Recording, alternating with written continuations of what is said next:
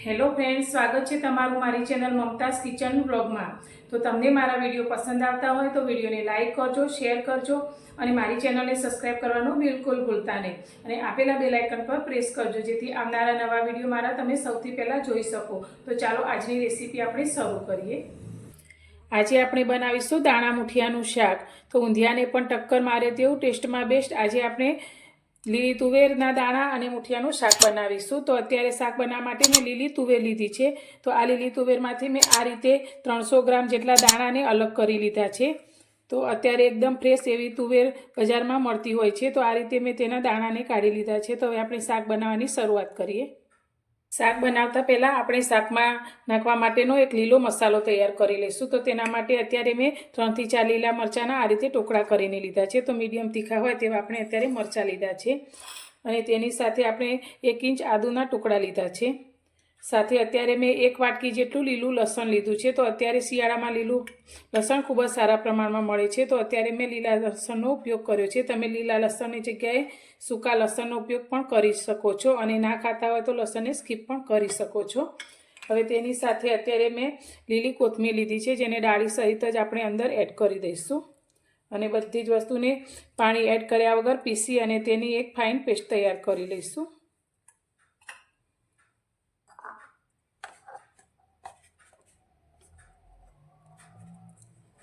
અત્યારે મેં બધી જ વસ્તુને પીસી અને આ રીતે મસાલો તૈયાર કરી લીધો છે। તો એકદમ ગ્રીન એવો આપણો મસાલો બનીને તૈયાર થયો છે।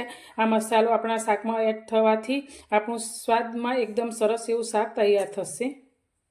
હવે આપણે મુઠિયા માટેનો લોટ બાંધીશું। તો આજે આપણે જે મુઠિયા બનાવીશું તેને ના તો આપણે તળવાના છે ના તો તેને બાફવાના છે। તો અત્યારે મુઠિયા બનાવવા માટે મેં ફ્રેશ લીલી મેથીને ધોઈને લીધી છે। તો અત્યારે આપણે 1 વાટકી જેટલી લીલી મેથી લીધી છે અને સાથે તેટલા જ પ્રમાણમાં આપણે 1 વાટકી ચણાનો લોટ લીધો છે। તો ચણાનો લોટ લેવાથી આપણા મુઠિયા આપણે અત્યારે તેને શાક સાથે જ મિક્સ કરવાના છે તેથી તે છૂટા ન પડે તેના માટે અત્યારે મેં ચણાના લોટનો ઉપયોગ કર્યો છે। જો તમારે તળીને મુઠિયા બનાવવા હોય તો તમે તેમાં ઘઉંનો કરકરો લોટ અને બાજરીનો લોટ પણ અંદર એડ કરી શકો છો। હવે આપણે જે લીલો મસાલો તૈયાર કર્યો છે તેમાંથી 1 ચમચી જેટલો મસાલો લઈ લઈશું। સાથે સ્વાદ પ્રમાણે આપણે મીઠું લઈશું। 1 ચમચી આપણે ધાણા જીરું લઈશું। અડધી ચમચીથી ઓછી આપણે હળદર લઈશું। 1 નાની ચમચી જેટલું આપણે લાલ મરચું પાવડર લઈશું। સાથે 1 ચમચી જેટલી આપણે ખાંડ લઈશું અને અડધા લીંબુનો રસ લઈ લઈશું। તો મુઠિયા ખાટા મીઠા હોય તો જ તેનો ટેસ્ટ સારો લાગે છે અને મુઠિયા આપણા એકદમ સરસ ફૂલેલા અને પોચા બને તેના માટે મેં ચપટી જેટલો ખાવાનો સોડા લીધો છે તે અંદર એડ કરીશું અને સાથે આપણે તેની અંદર 1 ચમચી જેટલું તેલ લઈ લઈશું।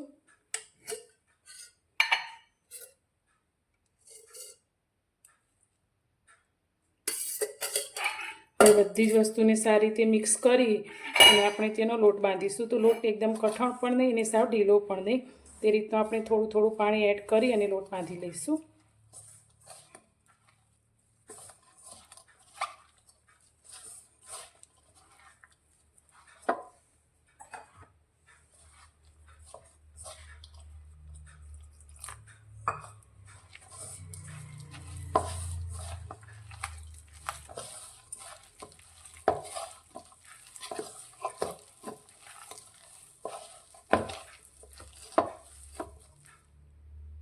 બધી જ વસ્તુને ભેગી કરી અને 4 થી 5 ચમચી જેટલા જ પાણીનો ઉપયોગ કરી મેં આ રીતે લોટ બાંધી લીધો છે।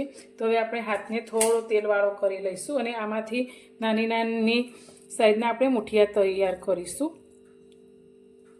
તો મુઠિયા આપણે થોડા નાની સાઈઝના કરીશું જેથી તે તળ્યા પછી થોડા ફૂલી અને મોટા થશે। તો આ રીતે આપણે એક સરખા બધા જ મુઠિયા તૈયાર કરી લઈશું।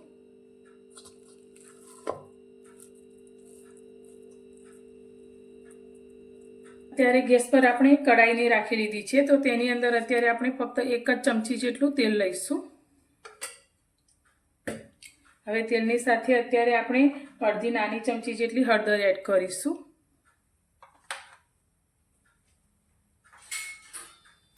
અને હળદરને આપણે તેલની સાથે સારી રીતે મિક્સ કરી લઈશું। હવે આપણે જે તુવરના દાણા લીધા છે તેને આપણે લઈ લઈશું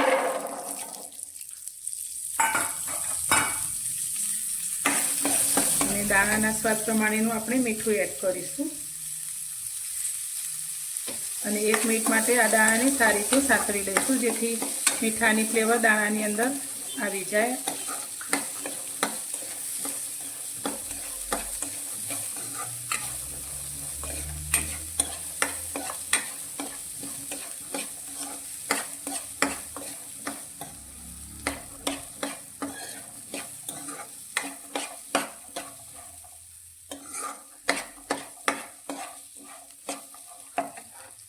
આપણે જે વાટકીથી દાણા લીધા છે તે જ વાટકીના માપથી અત્યારે આપણે 3 વાટકી જેટલું પાણી એડ કરીશું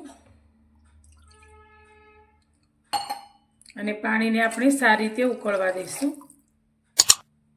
પાણી આપણું એકદમ સરસ રીતે ઉકળવા લાગ્યું છે તો 2 થી 3 જ મિનિટમાં પાણી સારી રીતે ઉકળી ગયું છે હવે આપણે જે મુઠિયા બનાવીને રાખ્યા છે તેને આપણે અંદર લઈ લઈશું તો તમારે મુઠિયાને તળીને બનાવવા હોય તો તમે તે રીતે પણ બનાવી શકો છો પણ આ રીતે બનાવવાથી પણ શાકનો ટેસ્ટ ખૂબ જ સરસ આવે છે અને ઓછી મહેનતે ઓછા સમયમાં આપણું શાક બનીને તૈયાર થાય છે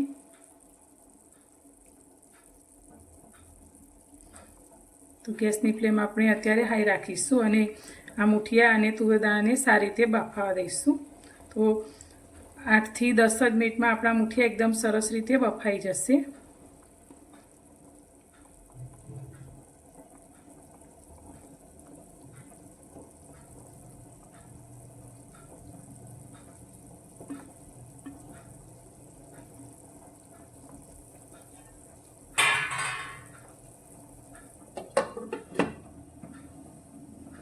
તો 8 મિનિટ જેટલો સમય થઈ ગયો છે તો હવે આપણે મુઠિયા અને દાણાને જોઈ લઈશું તો પહેલાં આપણે દાણાને ચેક કરી લઈશું તો આ રીતે ચમચામાં લઈ અને એક દાણાને આપણે આગળથી આ રીતે દબાવીશું તો તમે જોઈ શકો છો દાણા પણ આપણા સારી રીતે ચડી ગયા છે અને મુઠિયાને પણ આપણે આ રીતે ચમચામાં લઈ અને જોઈ લઈશું તો મુઠિયું પણ અંદરથી એકદમ સરસ રીતે ચડી ગયું છે તો ગેસની ફ્લેમ અત્યારે આપણે બંધ કરી દઈશું ત્યારે ગેસ પર શાકના વઘાર માટે મેં એક પેન મૂક્યું છે તો તેની અંદર અત્યારે આપણે થોડી રાઈ લઈ લઈશું તો રાઈને આપણે સારી રીતે ફૂટવા દઈશું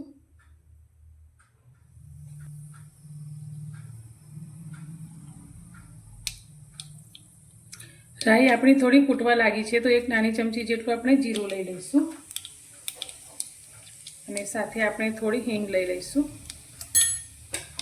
વઘારને આપણે સારી રીતે સાંતળી લઈશું તો અત્યારે શાકના વઘાર માટે મેં 4 મોટી ચમચી જેટલું તેલ લીધું છે તમે જે રીતે તેલ ખાતા હોય તે રીતે તમે લઈ શકો છો હવે આપણે જે લીલો મસાલો તૈયાર કરેલો હતો તેને પણ આપણે અંદર લઈ લઈશું અને તેને પણ તેલમાં સારી રીતે સાંતળી લઈશું તો કાચું લસણનો સ્વાદ જતો રહે ત્યાં સુધી આપણે તેને સાંતળીશું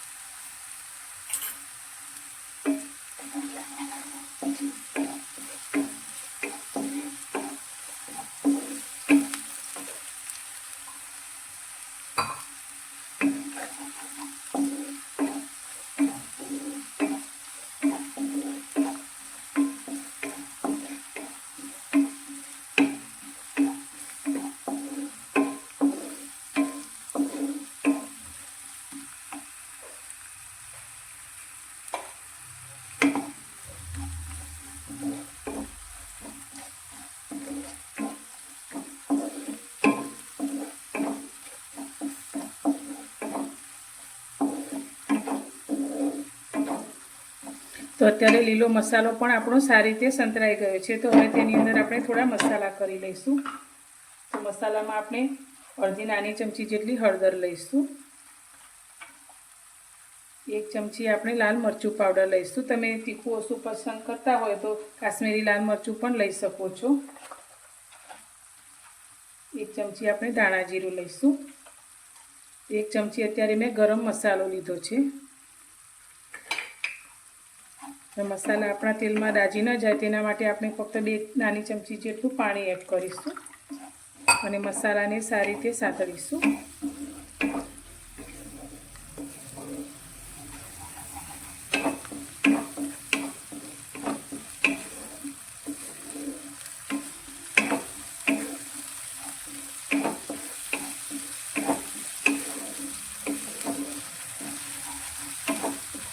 મસાલા પણ આપણા એકદમ સરસ રીતે સંતળાઈ ગયા છે અને તેલ પણ આ રીતે છૂટું પડવા લાગ્યું છે. તો અત્યારે મેં 2 ટામેટાની આ રીતે પ્યુરી તૈયાર કરી છે, તે અંદર લઈ લઈશું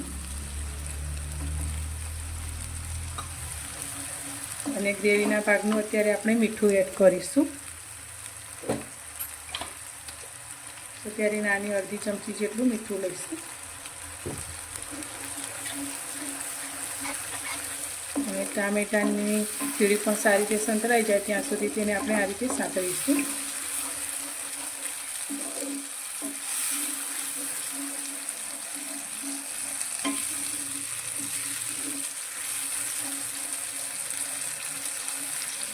ગ્રેવી આપણી એકદમ સરસ રીતે સંતળાઈ ગઈ છે ને આ રીતે તેલ છૂટું પડી ગયું છે. તો હવે આપણે દાણા અને મુઠિયા અંદર એડ કરીશું.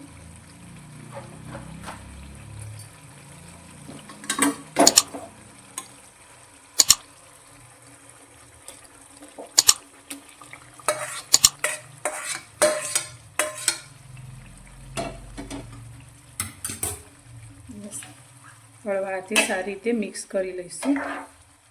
તો ગ્રેવીનો બધો સ્વાદ આપણા મુઠિયા અને દાણામાં પડી જાય તે રીતે મિક્સ કરવાના છે. હવે શાકમાં જે રીતે આપણને રસો જોઈતો હોય તે રીતે અંદર આપણે ગરમ કરેલું પાણી એડ કરવાનું છે.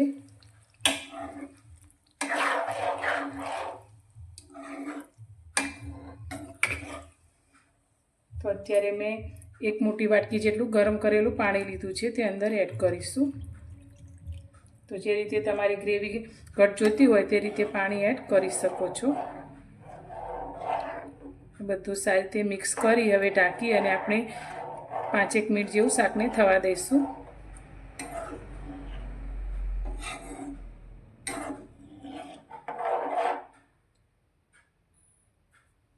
5 મિનિટ પછી જોઈએ તો આપણું શાક એકદમ સરસ રીતે બનીને તૈયાર છે. તો તમે જોઈ શકો છો એકદમ સરસ મુઠિયા અને દાણાનું શાક બનીને તૈયાર છે. તો હવે ઉપરથી આપણે થોડાક લીલી કોથમીરના પાન લઈ લઈશું.